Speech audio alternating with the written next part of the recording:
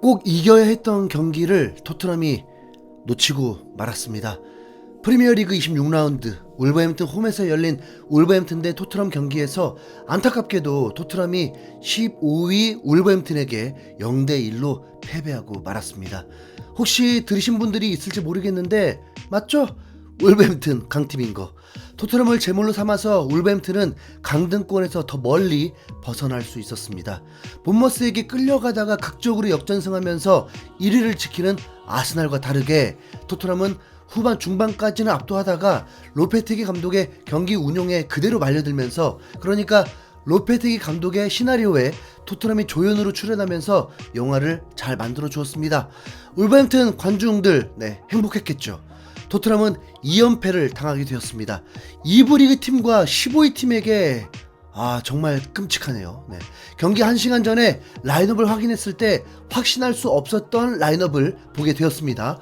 콘테 감독은 손흥민을 선발 출전시켰고 동시에 페리시치도 출전시키는 고집을 또 보여줬습니다. 확인하는 순간 어땠을까요? 들으신 분들은 아시겠지만 말했죠? 그냥 주무시라고. 콘테 감독의 그림자인 스텔리니 코치는 울버햄튼전을 통해서도 여전히 손흥민과 페리시치의 조합으로 도전을 하면서 시험 무대를 가졌습니다. 그럼 몇 경기째 도전이 되는 거죠?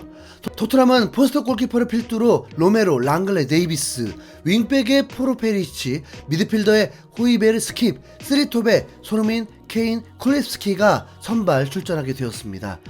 토트넘의 최강 베스트 라인업이라 보는 그림과는 살짝 달랐습니다. 당연히 페리시치 자리 때문이었고요. 그런데 이번 경기에서는 콘테의 고집이 어느 정도 성과가 나려고 하거나 이제부터는 결과를 내야 하는 시간이니만큼 페리시치가 조금 달라졌습니다. 아마도 풋볼 런던 기사를 본인이 직접 읽었나봐요.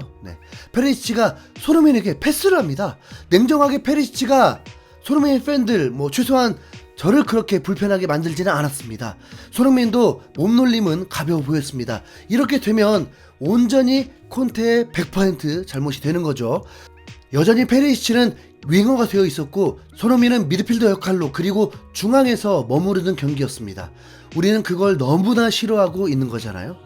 손흥민 위주의 토트넘 경기를 전해드려보면 전반 4분에 손흥민이 보고 싶지 않은 중앙에서 드리블을 하면서 공격을 진행했고 점점 우측으로 빠지면서 클레스백에게 패스를 하며 기회를 엿보았습니다. 현재 토트넘이 지난 시즌 같은 경기력을 보여주지 못한 부분도 클루셉도 한몫하고 있는 상태죠. 클루셉은 손흥민에게 다시 볼을 전달했고 이어서 손흥민은 첫 슈팅, 유효슈팅을 기록하는 중거리 슛을 날리게 되었습니다. 포문을 손흥민이 열기도 했고 힘이 실리지 못했지만 좋은 슈팅을 선보이면서 15위 팀에게 승리할 수 있을 거란 기대감으로 응원할 수 있었습니다. 전반 13분에는 희한한 장면이 나오게 됩니다. 왼쪽 공격 상황에서 손흥민과 페리시치의 동선이 겹쳐있고 좁은 공간에서 손흥민이 볼을 잡다가 그냥 민폐에게 패스를 건네줬습니다.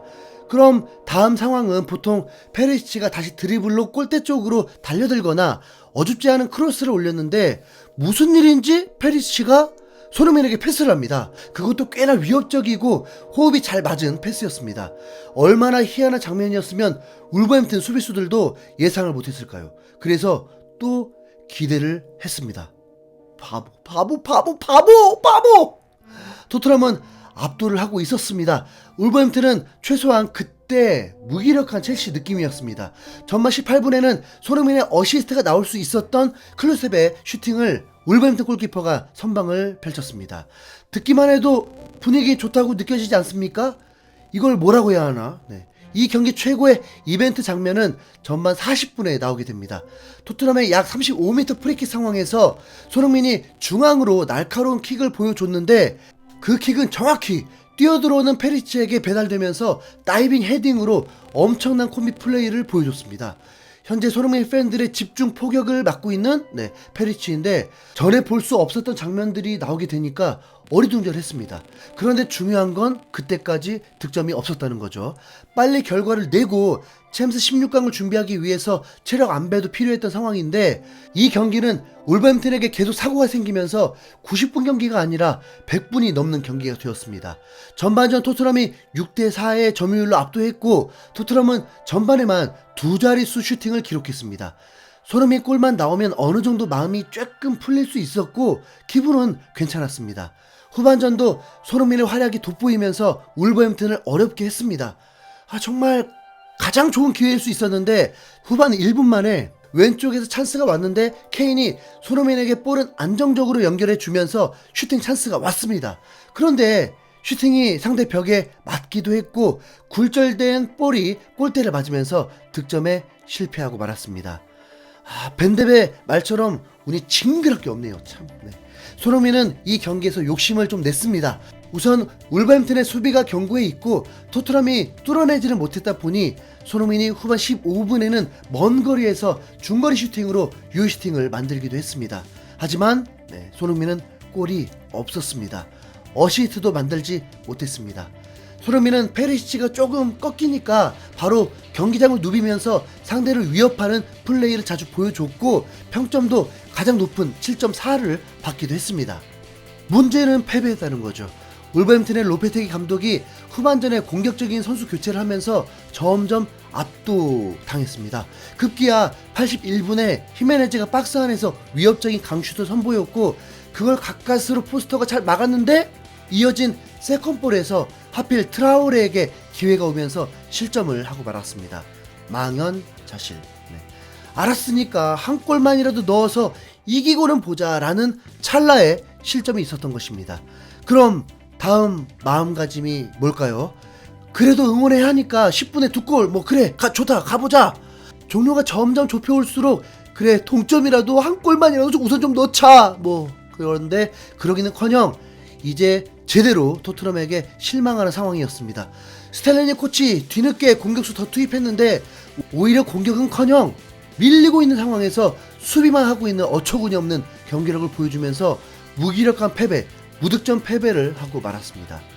울버햄튼은 25경기에서 18골 넣었던 팀인데 실점이야 토트넘의 큰 잘못은 아니라고 쳐도 울버햄튼은 강팀들에게 모두 실점하면서 패배했던 팀인데 이 팀에게 무득점이 그럼 어쩌라고요. 포스터의 슈퍼맨 같은 선방도 보고 예상치 못한 포로의 멋진 프리킥 장면도 보고 페리치가 몇 번의 손흥민에게 패스하는 장면도 보고 토트넘의 경기력이 괜찮게 느껴졌는데 무득점으로 어떻게 상대를 이기냐고요. 스텔리니 콘테는 경기력은 좋았는데 킬러 본능이 필요하다고 지적했습니다. 케인은 이날 별다른 활약을 못했습니다. 울버햄튼의 좀비 하나가 딱 달라붙어서 괴롭혔고 좌우에서 날아오는 영양가 없는 크로스에 케인이 할 수 있는 건 없었습니다. 스스로 만든 프리킥 기회가 있었는데 포로와 다르게 그대로 상대 벽에다가 때리는 의미 없는 슈팅을 또 선보이기도 했습니다. 황희찬이 소속된 울버햄튼 토트넘이 제대로 도와주면서 강등에서 더 멀어졌고 토트넘은 뉴캐슬이 패배했던 기회를 잡지 못하고 계속 쫓기게 되는 4위를 유지하게 되었습니다. 안 보신 분들 많이 부럽고요. 좀 늦게 컨텐츠가 만들어져서 죄송합니다. 다음 챔스 경기는 어떻게 될까요? AC밀란이 주말 리그 경기에서 패배했거든요. 거기도 문제 많더만요.